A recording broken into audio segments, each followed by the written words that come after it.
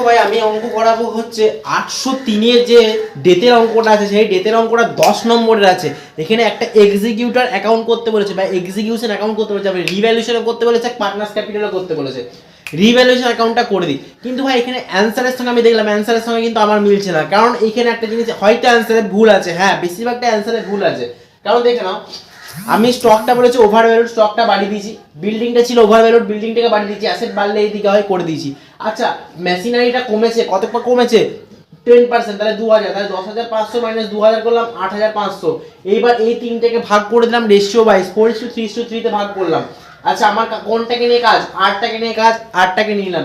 এবার দেখো আমি বলেছি চোখটা বন্ধ করে বাই ব্যালেন্স বিডি করে দেবে, যে ক্যাপিটাল অ্যাকাউন্টটা বলেছে আর্টস এর ক্যাপিটাল অ্যাকাউন্ট তো বলেছে তোমার করতে, তাহলে ওর ক্যাপিটাল অ্যাকাউন্টটা করছি, বাই ব্যালেন্স বিডি বলে অ্যামাউন্টটা লিখে দিচ্ছি। ভাই interest on capital, profit, goodwill আর তোমার হচ্ছে রিজার্ভ, এই জিনিসগুলো তো মানুষের গোলমাল করে দেয় ডেটের অঙ্কতে। আমি তোমাদেরকে ক্লিয়ার কনসেপ্ট বোঝাবো, ক্লিয়ার কনসেপ্ট ছাড়া তোমরা কিন্তু এগোবে না। কনসেপ্ট দেখো, ইন্টারেস্ট অন ক্যাপিটাল যখন বের করবে তখন প্রথম জিনিস মনে রাখবে ইন্টারেস্ট অন ক্যাপিটালের ইন্টারেস্ট অবশ্যই অবশ্যই অবশ্যই অবশ্যই অবশ্যই দেওয়া থাকবে বইয়ের মধ্যে।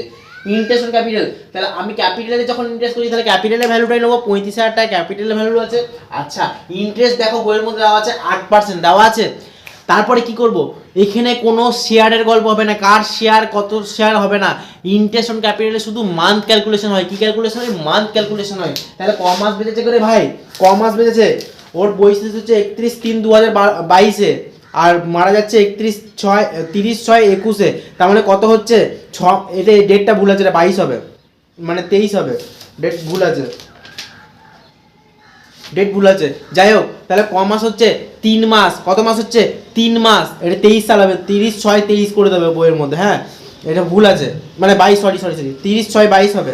এখানে দেখো বলে দিচ্ছে ইন্টারেস্ট অন ক্যাপিটালটা কত মাস হবে, 3 মাসের। কেন হবে ভাই, মার্চটা তো চলে গেল, এপ্রিল, মে, জুন, জুলাই, ক মাস হচ্ছে, এখানে মার্চটা চলে গেল, তাই তো মার্চ চলে গেছে, তাহলে হচ্ছে এপ্রিল, মে, জুন অবধি, জুলাই তো হবে না, জুন অবধি হবে। তাহলে ক মাস হচ্ছে 3 মাস, 3/12 করলাম 700 টাকা বেরিয়ে গেল ইন্টারেস্ট অন ক্যাপিটাল। বুঝতে পারলাম না, আরেকবার বলে দিই 3 মাসের কিন্তু ক্যালকুলেশন হলো।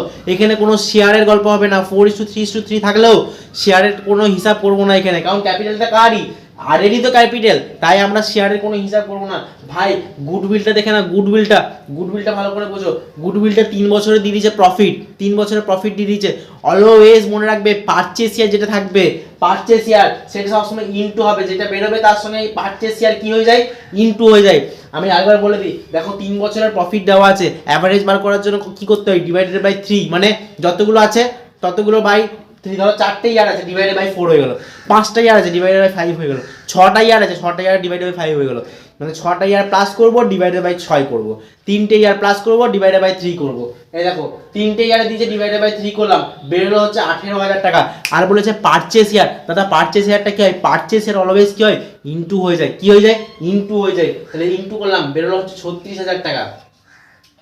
কি বেরোলো, 36,000 টাকা। এবার কে মারা যাচ্ছে, আর মারা যাচ্ছে, আর এর শেয়ার কত, 3/10। আমরা যেরকম গুডউইলটা রিটায়ারমেন্টে করতাম সেরকম এখানেও করবো, 3/10 করলাম, 10,800 টাকা বেরোলো। এবার এই 10,800 টাকা কি করবো, গেনিং রেশিও ভাগ করবো, গেনিং রেশিওর ফর্মুলা কি দাদা, new minus old. Old ratio কত আছে, 4:3:3। কে মারা যাচ্ছে, এই লাস্টের লোকটা, তাহলে একে আমি ক্রস করে দিলাম, তার মানে রিমেনিং রইল কে 4:3, তাহলে নিউ রেশিও বলতে পারি 4:3। এবার আছে পি কিউ, যে আমার গেনিং রেশিওর ফর্মুলা কি, new minus old, 4/7 minus 4/10, 3/7 minus 3/10। আমার গেনিং রেশিও হচ্ছে 12:9। আমি 12:9 থেকে 3 দিয়ে কাটতে পারি, 3 4 12, 3 3 নয়, তাহলে 4:3 বেরিয়ে গেল হচ্ছে আমার গেনিং রেশিও। এই 10,800 টাকা গেনিং রেশিও ভাগ করলাম 6,171,4629 বেরিয়ে গেল।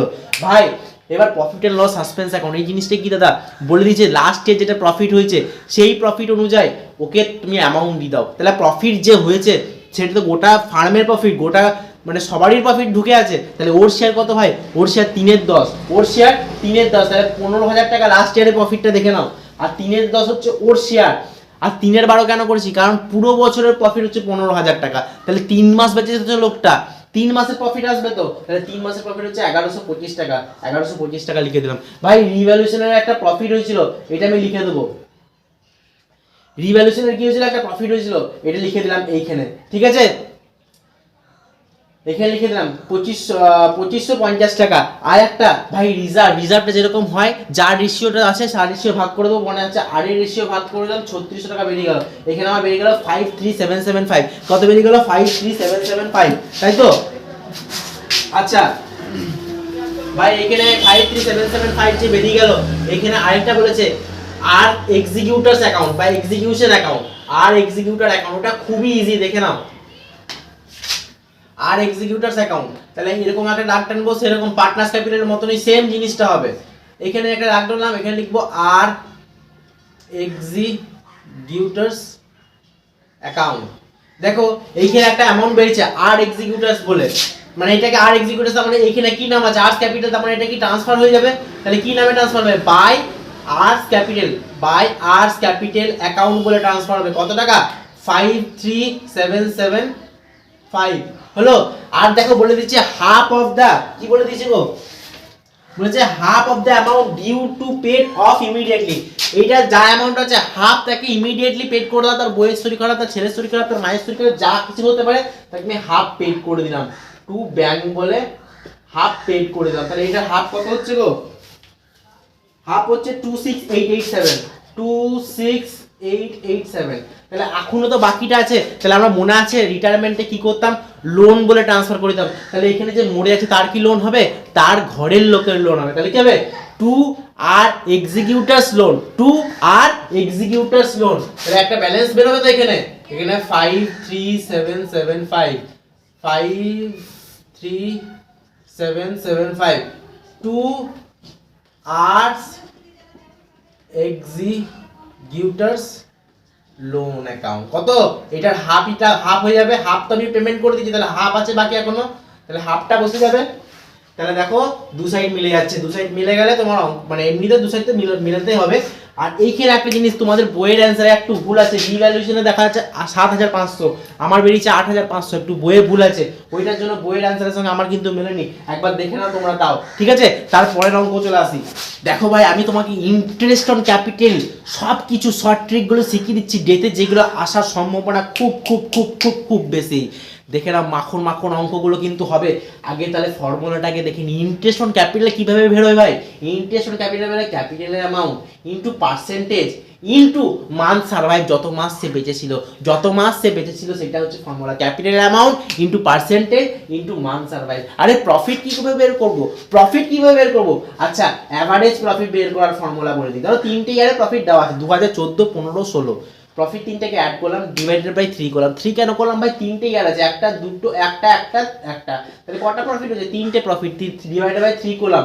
যেই অ্যামাউন্টটা আসবে এখানে সেইটার সঙ্গে কি করব, ডিজিজ পার্টনার শেয়ার, তার শেয়ারটা কত, ধরো 3-এর 10, 2-এর 10, 2-এর 6, 5-এর 6, এরকম যদি দেওয়া থাকে, মানে রেশিও দেওয়া থাকে, রেশিওটা লিখবো, ধরো 3:2:1, তাহলে কে রিলেট করছে, কে মনে আছে এ, তাহলে কি হচ্ছে 1/6 রেশিও হচ্ছে, তাহলে 1/6 এখানে লিখবো, ইনটু মান্থ সার্ভাইভ, কত মাস সে বেঁচেছে, এইটা হচ্ছে ফর্মুলা প্রফিটের। গুডউইলের ফর্মুলা কি দেখে নাও, যদি বলে অ্যাভারেজ প্রফিটের উপরে গুডউইল বের করো, তাহলে দিয়ে দেবে, দেখবে একটা 2 ইয়ার্স পারচেজ এরকম দিয়ে দেয়, বা 3 ইয়ার্স পারচেজ একটা কি হয়ে যায় ভাই, ইনটু হয়ে যায়, কিছু হয় না, শুধু ইনটু হয়ে যায়, যেটাই অ্যাভারেজ প্রফিট বেরোলো তার সঙ্গে পারচেজ ইয়ারটা কি হয়ে যায়, ইনটু হয়ে যায়। ধরো পারচেজ ইয়ার আমার এখানে অ্যাভারেজ কত বেরোলো, ধরো 10 থেকে 22, 15, তাহলে হচ্ছে 10,000 টাকা, 12,000 টাকা, 15,000 টাকা, ডিভাইডেড বাই 3 ইনটু 2, এটা হলো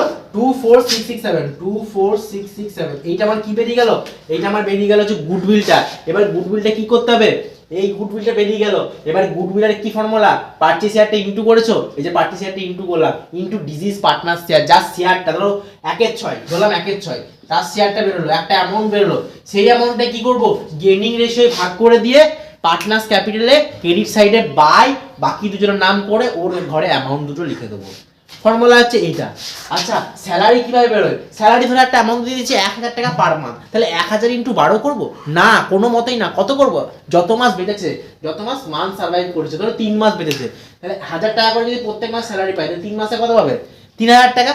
কত মাস দেখেছে দেখতে হবে, কিন্তু এখানে বাবা ভুল করে 3-এর 12 করে দাও না, 3 মাস বেঁচেছে মানে 3 দিয়ে ইনটু করতে হবে, 3 মাসের স্যালারি পেয়ে গেল। ব্যাস এই কটা যদি ভালো করে বুঝে নাও ভাই, আমি বলছি ডেথ কিন্তু তোমাদের কাছে ইজি হয়ে যাবে, ডেথ কিন্তু ইজি যাবে। ডেথের কিন্তু কঠিন অঙ্ক দেয় না পরীক্ষাতে, আমি যেরকম যেরকম করাচ্ছি ওইগুলো ফলো করো, আমি বলছি তোমাকে ওইগুলোর মধ্যে থেকে আসবে। ডেথ যদি আসে ওরকম ধরনেরই আসবে, ওর থেকে বাইরে আসার সম্ভাবনা নেই ভাই। একটা দুর্দান্ত ডেথের অঙ্ক নিয়ে চলে এসেছি, এইখানে ডেট ক্যালকুলেশনটা না মারাত্মক দিয়েছে, শুনে রাখো ভাই, শুনে রাখো ভাই, শুনে রাখো। আমি বলেছি বাই ব্যালেন্স বিডিটা লিখে দাও, অ্যামাউন্টটা লিখে দাও, রিজার্ভ ফান্ড কত আছে 60,000 টাকা, তার শেয়ার কত 1/6 লিখে দাও, যেরকম হয় আর কি, রিটায়ারমেন্ট ডেট বলো অ্যাডমিশন বলো, যেরকম রিজার্ভ ফান্ডটা ভাগ হয় সেরকম ভাবে বাদ করে দাও। পাতিক কথায় যে রিটায়ার করছে তার, যে ডেট করছে তাকে দিয়ে দাও। আরে ভাই স্যালারি আছে, স্যালারি আছে, স্যালারিটা কিভাবে বেরোবে দাদা? এখানে 15ই জুলাই, এটা কবে মারা যাচ্ছে? 15ই জুলাই মারা যাচ্ছে। তাহলে আমি যদি হিসাব করি, এপ্রিল, মে, জুন, 3 মাস হয়ে গেল, আর জুলাইয়ের 15 তারিখ, আমি বলতে পারি যদি জুন অবধি হয় তাহলে 3 মাস, আর জুলাইয়ের 15 তারিখ মানে হাফ মাস, তাহলে 3.5 আমি বলতে পারি কি পারি না? 3.5 মান্থ বলতে পারি কি পারি না আমাকে বলো? 3.5 মান্থ আমরা বলতে পারি কি পারি না? পারি তো, একদম পারি। যখন ডেটের মাঝখানটা দেওয়া থাকবে তখন কি আমরা 3.5 বলতে পারি তো? 3 মাস হচ্ছে আমার জুন অবধি, জুলাইয়ের 15 তারিখ অবধি, তাহলে হাফ মাস হয়ে গেল, তাহলে 3.5। স্যালারিটা কি করলাম, 1000 টাকা করে পার মান্থ দিচ্ছে, তাহলে 3.5 মানে যে 3.5 মান্থ 3500 টাকা আমি স্যালারি লিখে দিলাম ভাই, হয়ে গেছে অঙ্ক, এখানেই শেষ। প্রফিট এন্ড লস সাসপেন্স এখন বলে দিয়েছে 1,20,000 গোটা ফার্মের প্রফিট। তাহলে ভাই বলতে পারবে তার শেয়ারটা কত ছিল? তার শেয়ার ছিল ভাই 1/6 তার শেয়ার, ঠিক আছে, 1/6 শেয়ার, তার শেয়ার যদি হয় 20,000 টাকা, কিন্তু ও কি 20,000 টাকা নিয়ে যেতে পারবে? বলবে সানুদা না, 20,000 টাকা তো নিয়ে যেতে পারবে না। কেন পারবে না? ও তো 3.5 মাস বেঁচেইছে, তাহলে 3.5 মাসের হিসাব করলাম, 3.5 মাসের হিসাব করে বেরিয়ে গেল 5833। কত বেরিয়ে গেল? 5833। আচ্ছা ভাই ইন্টারেস্ট অন ক্যাপিটাল, মাখন মাখন মাখন, ইন্টারেস্ট অন ক্যাপিটালটা কত আছে? 90,000। 90,000 কোথায় আছে? ব্যালেন্স বিডির অ্যামাউন্টটা দেখো 90,000 লিখলাম, 6% দিয়ে দিয়েছে ভাই, 6% দিয়ে দিয়েছে। আমি দিইনি, আমি ভগবান নয়, 6% বইয়ে দেওয়া আছে, 6% দিয়ে দিয়েছি। আর এটা কি হবে ভাই? মান্থ ক্যালকুলেশন হবে, এখানে কোনো শেয়ারের ক্যালকুলেশন হবে না, কারণ ক্যাপিটালটা তো ওরই ভাই, ক্যাপিটালটা তো ওরই, অন্য কারোর তো ক্যাপিটাল নয়। তাহলে 3.5/12 কেন? কারণ কত মাস বেঁচেছে? 3.5 মাস বেঁচেছে, 3.5/12 করে 1575 ক্যালকুলেটারে ঠক ঠক ঠক ঠক ঠক অ্যান্সার বেরিয়ে গেল 10908 বেরিয়ে গেল অ্যান্সার। চলো দেখো 672 পেজ, 672 পেজে ক্যাপিটালের ইন্টারেস্ট দেওয়া আছে, বাই ব্যালেন্স বিডিয়ে যেরকম ছিল সেরকম লিখে দিলাম। দেখো এ কি হচ্ছে, মরে যাচ্ছে 24,000 টাকা দিয়েছিল, 24,000 টাকা লিখে দিয়েছি। রিজার্ভ, রিজার্ভটা তার ক্যালকুলেশন অনুযায়ী কত হচ্ছে? এ 3/6 করে দিয়েছি। ইন্টারেস্ট অন ক্যাপিটাল কি কি হয়? ইন্টারেস্ট অন ক্যাপিটালের মাথায় রাখবে, ইন্টারেস্ট অন ক্যাপিটালের পার্সেন্টেজ ইনটু কি হবে? Percentage into month calculation. তাহলে পার্সেন্টেজ দেখো, পার্সেন্টেজ করেছি ইনটু মান্থ ক্যালকুলেশন করেছি, পার্সেন্টেজও করেছি আবার মান্থ ক্যালকুলেশনও করেছি। 6 মাস বেঁচেছিল, 6 মাসের মান্থ ক্যালকুলেশন করে আমার বেরোচ্ছে 1440 টাকা। কত বেরোচ্ছে? 1440 টাকা। তারপরে গুডউইল, গুডউইলটা কি বলেছে? গুডউইলটা বলেছে অ্যাভারেজ প্রফিটের উপরে গুডউইল, আবার পারচেজ শেয়ার দিয়ে দিয়েছে। পারচেজ শেয়ারটা বারবার করে বলছি ইনটু হয়, কি হয়? পারচেজ শেয়ার ইনটু হয়।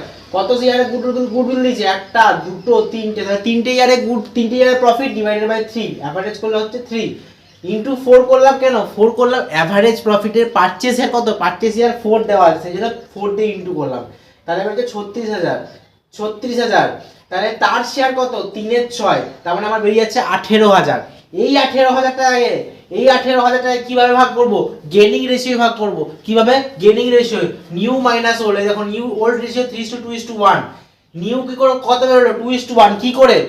3টা বাদ দিয়ে দিলাম, কেন? এ তো চলে যাচ্ছে, এ তো মরে যাচ্ছে, এ তো নেই, তাহলে নিউ হচ্ছে 2:1। গেনিং রেশিও বের করলাম নিউ মাইনাস ওল্ড, আমার বেরিয়ে গেল 2:1, 2/3, 1/3 করে ভাগ করলাম, 12,000 টাকা, 6,000 টাকা লিখে দিলাম। এরপর আসি প্রফিট। প্রফিটটা দেখো, প্রফিট আমি কি বলেছি? মান্থ ক্যালকুলেশনও হবে, প্লাস কি হবে? যার শেয়ার তাকেও দিতে হবে। মানে দেখো প্রফিট হচ্ছে এখানে 7,000 টাকা। কেন 7,000 টাকাটা নিলাম? ভালো করে পড়ো। বলেছে যে তার লাস্ট ইয়ার যে প্রফিটটা আছে সেইটার উপরে ভিত্তি করে এই ইয়ারও প্রফিটটা হয়েছে, তাহলে 7,000 টাকা প্রফিট হয়েছে, বেশ মানলাম 7,000 টাকা প্রফিট হয়েছে। তার শেয়ার কত? 3/6, 3/6 তার শেয়ার, বেড়েছে ক মাস? 6/12, তাহলে 1,750 টাকা বেরিয়ে গেল। আরে ভাই এর প্লাস করলাম, ব্যালেন্স করলাম, বেরিয়ে গেল ব্যালেন্স। মাথা ঠিক আছে? এর পরের অঙ্কটা আছে জবরদস্ত অঙ্ক, মাখন অঙ্ক। তারপরের অঙ্কটা বলি, তারপরের অঙ্কটা তো 613 অঙ্কটা 613 অঙ্কটা কি বলেছে, কে মরে যাচ্ছে, উসমিস মরে যাচ্ছে, মানে মাঝখানের ব্যক্তিটা মরে যাচ্ছে। এইখানে একটা জিনিস আমি আগের অঙ্কটা দেখো, এই অঙ্কটা মানে দারুণ অঙ্ক আছে। প্রফিট যে ক্যালকুলেশনটা এই অঙ্কটার মধ্যে পুরোটা মানে প্রফিট যে ব্যাপারটা সেটা পুরো বুঝিয়ে দেবো আমি, শুধু দেখতে থাকো। দেখো ব্যালেন্স বিডি বলে আমি অ্যামাউন্টগুলো লিখে দিলাম, রিজার্ভ বলে যে যারটা ভাগ করে দিলাম। এবার আসি গুডউইলটা, ভাই গুডউইলটা বলে দিয়েছে 88,000 অ্যাভারেজ প্রফিট আমার দিয়ে দিয়েছে 88,000, আর বলে দিয়েছে বাবা গাড়িগুলো ভ্যা ভু করে যাবে। তারপরে বলে দিয়েছে রিদেমটা নষ্ট করে দেয়। গুডউইলটা দিয়ে দিয়েছে হচ্ছে 88,000 অ্যাভারেজ প্রফিট। 2 ইয়ার্স কি আছে, পারচেজ আছে, 2 ইয়ার্স পারচেজ আছে, বেরোলো হচ্ছে 1,76,000 1,76,000। গুডউইল এই মান্থ ক্যালকুলেশন হয়, বলবে না দাদা মান্থ ক্যালকুলেশন হয় না, যত বড়ই গুডউইল হয়ে যাক ওইটা শেয়ার ক্যালকুলেশন হয়। তার শেয়ার কত, 3/8 66,000 বেরিয়ে গেল। এই 66,000 কে কিভাবে ভাগ করলাম, গেনিং রেশিও, গেনিং তোমরা জানো রেশিও বার করতে, না জানলে আগের অঙ্কটা দেখে নাও, ওরকম ভাবে তোমরা নিচে বের করে কমেন্টে জানাও যে জানা আমি পেরে গেছি গেনিং রেশিও বার করতে। গেনিং রেশিও বার করো 4:5 1:5 এ ভাগ করে দাও, 4:5 1:5 এ ভাগ করো, করে দিছো?